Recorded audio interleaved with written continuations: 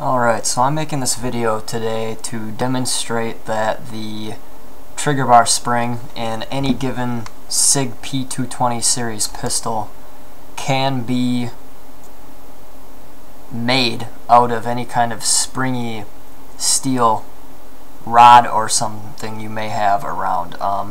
This was done in Burn Notice in episode 10 of season 1, where his trigger bar spring is removed from his P228 and he ends up using a bobby pin to take over the mechanism of the trigger bar spring. So we're going to do that today just to prove in concept that it does work, and as long as you make it correctly, it can work for as long as the real one would originally last. So we're gonna field strip the gun quick.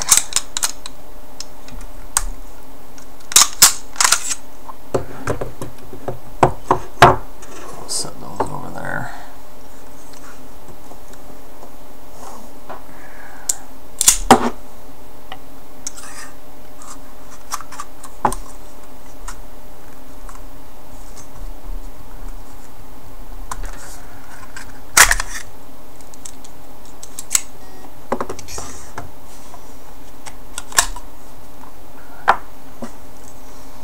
Alright, so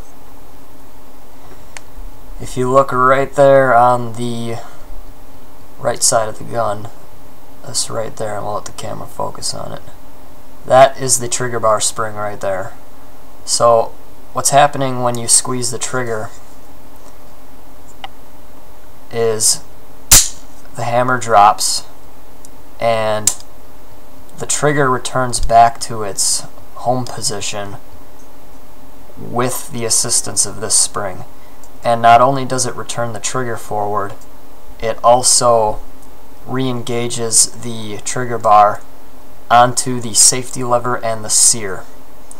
So when you squeeze the trigger, you can see it working right there. So that's its sole purpose.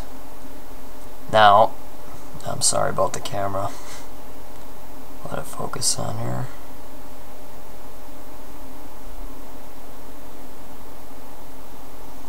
Any minute now.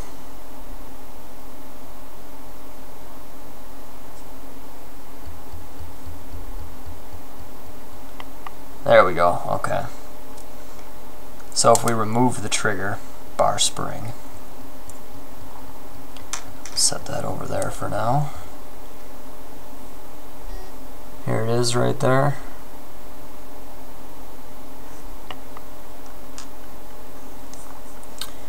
Now if we try to squeeze the trigger again, that's what Michael Weston was experiencing. Trigger doesn't do anything.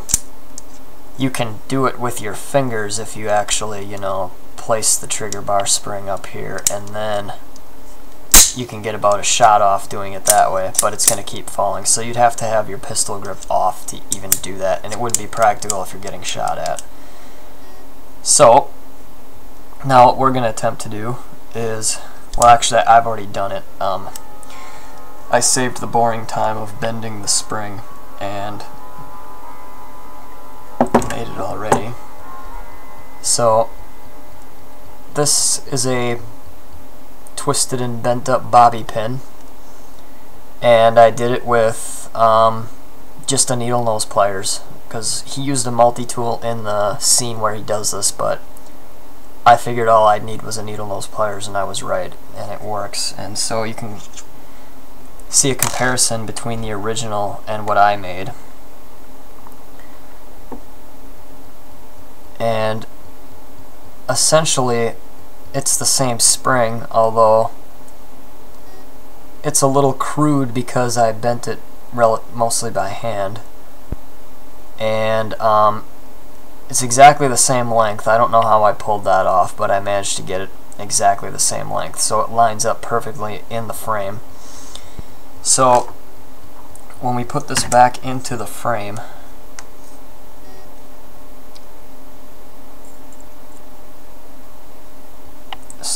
just like the regular one.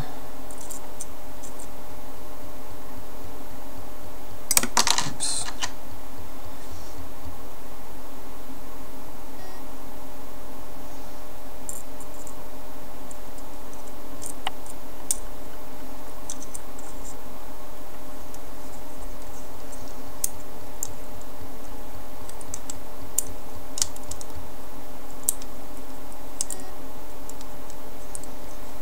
Alright, so there's my makeshift trigger bar spring.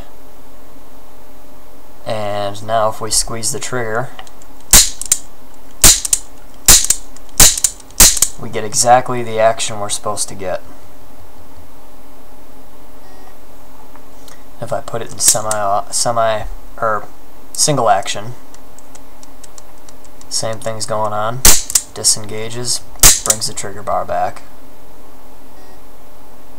So now he actually manages to get his grip panels on too, which is another question, and it turns out that if you've bent it so it actually fits into the hole that's purposely cut out for the trigger bar, you can still slip the grips right over the top of it.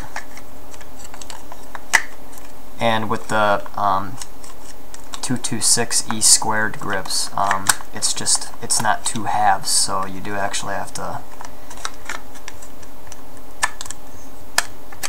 pry it back over the top and then click it in place. There we go.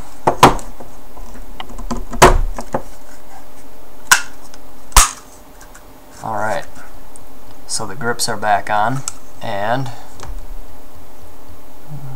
this camera is horrible. There we go. I can indeed fire it. Now we'll put the slide back on. Sear pin moved a little bit.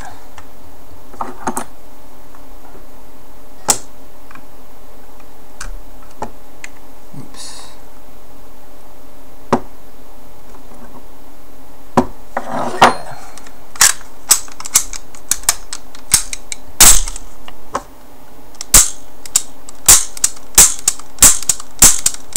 It is indeed working.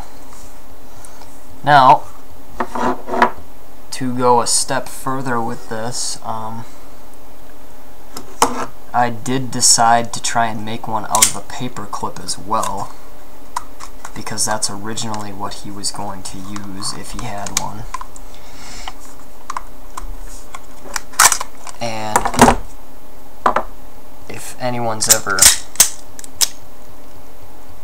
handled a paper clip compared to a bobby pin, you'll know right away that a paper clip deforms a lot easier than a bobby pin does, because a bobby pin is pretty much spring steel and a paper clip is very mild steel.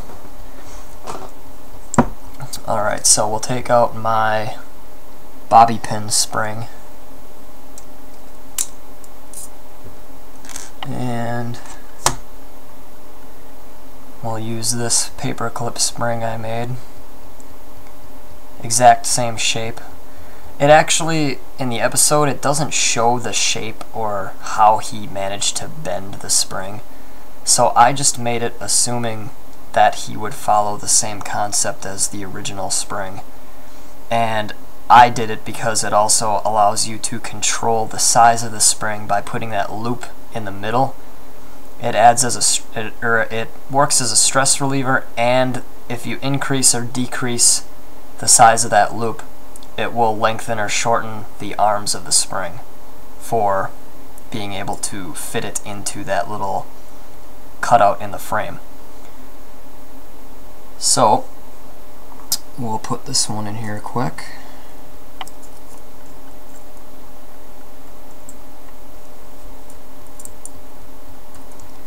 This one goes in a little differently because I bent it different, but it does work the same. Get the trigger bar spring or trigger bar in position.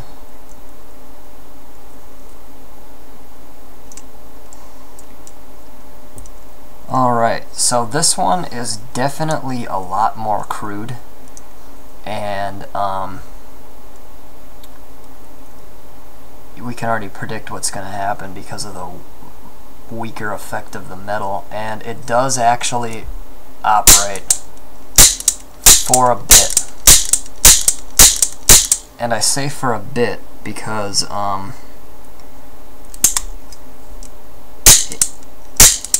it eventually, it will either deform to the point where it slips right off of the trigger bar spring, or it gets frozen under the grip panel. And let's put the grip back on.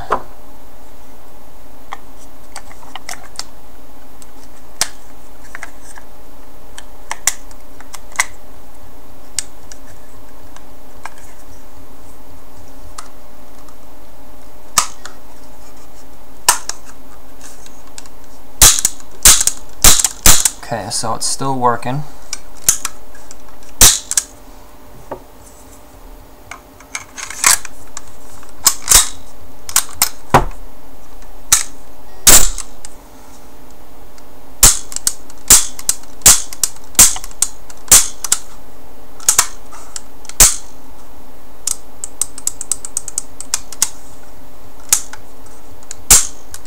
You can even hear the hammer fall a little bit slower, and that's because the trigger bar spring itself, or the trigger bar, acts on the safety lever inside the pistol, and the safety lever acts on the sear.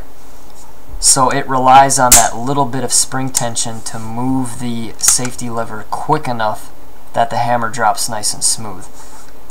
So the reason the hammer isn't dropping as hard as before is because it's actually still riding against the sear as it's being disengaged. So I'm sure the pistol would still fire at this point because it is still striking the firing pin hard enough to fire it. And unfortunately, I haven't been able to get that spring to fail yet. Maybe because I bent it a little better than it was, but now I'll take it apart again and see if we have any permanent deformation.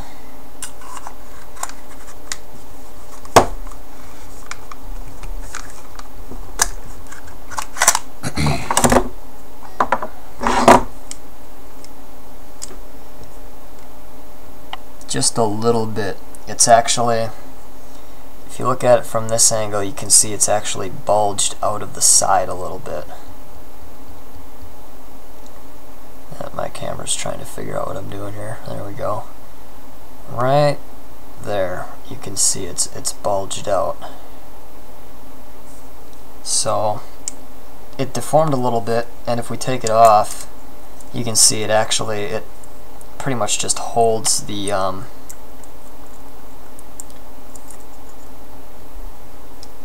it holds the shape that it was compressed in by the trigger. If we compare it to the original,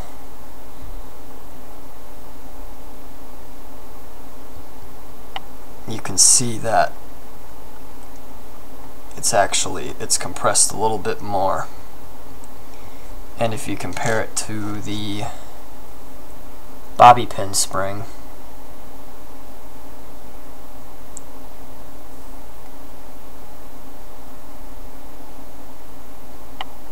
just a little bit, I'd say probably about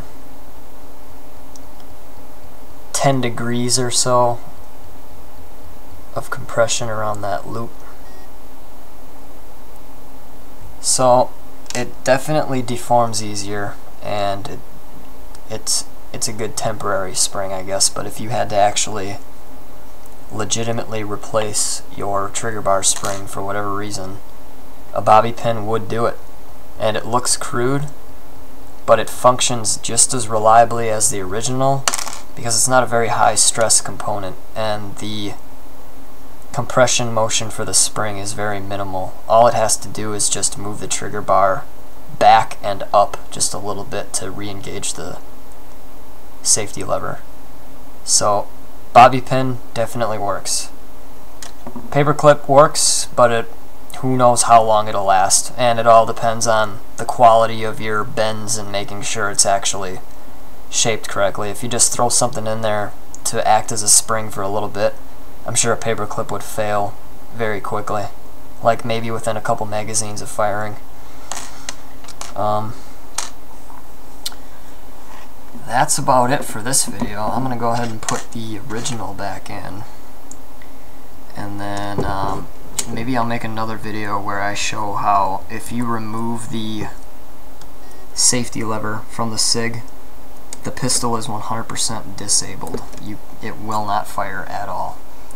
There's 3 different stages it has to go through for it to fire, and the safety lever controls every single one of them.